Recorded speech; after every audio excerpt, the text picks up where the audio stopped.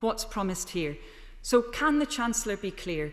Will this scheme of wage supports actually keep more people in work?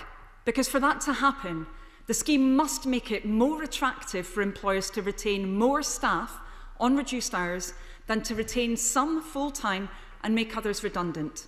So does his scheme actually incentivise short hours working?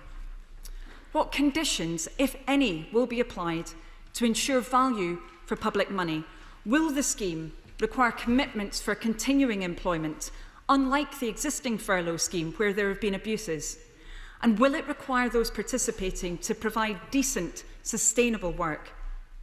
Will the scheme incentivise training and retraining? The German scheme does, and Labour's called for a UK version to include incentives for training, but that's missing here. Indeed, while, as I said, we welcome many of the elements the Chancellor has announced today, the lack of action on training and skills is worrying. I was waiting and waiting for the Chancellor to talk about training. He mentioned the word once in passing. That's not enough. His government has already allocated funding for a national skills strategy, but it's not being delivered on the ground. So when will the Chancellor get serious about training so people can be ready for the jobs of the future? He mentioned the fact our economy is changing. Let's make sure that our population is ready for that change. Now, Labour has called repeatedly for continued targeted support for the self-employed, so I'm pleased that's referred to here. But will these measures avoid the gaps in coverage that have bedevilled existing schemes? And why is there no forward plan here for the needs of those who are extremely clinically vulnerable to this disease? Relatedly, will the Chancellor do more to demand his colleagues get a grip on the UK's public health crisis?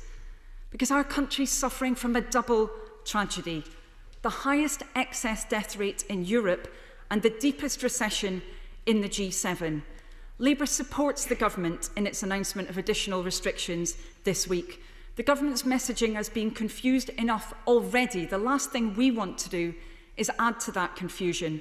But we are concerned that these restrictions have only been necessary because of continuing problems with test, trace and isolate.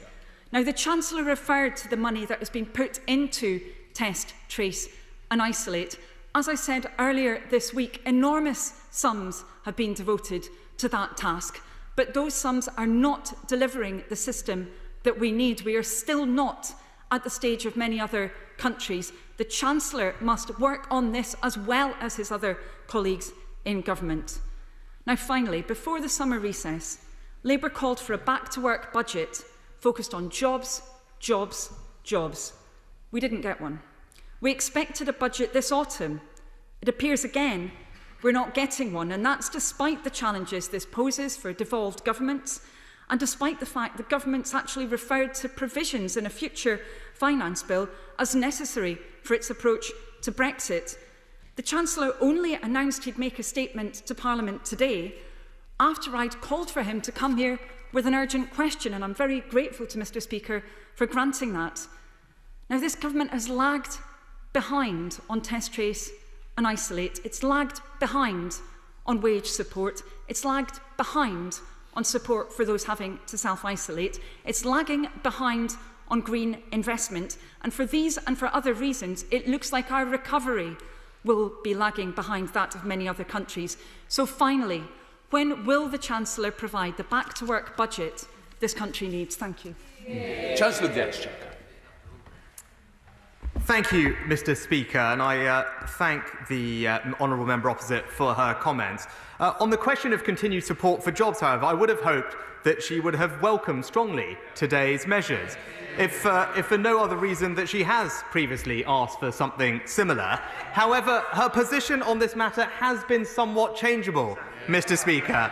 At different points in the last few weeks and months, she has said that furlough shouldn't go on forever, and then changed her mind and said we should extend it.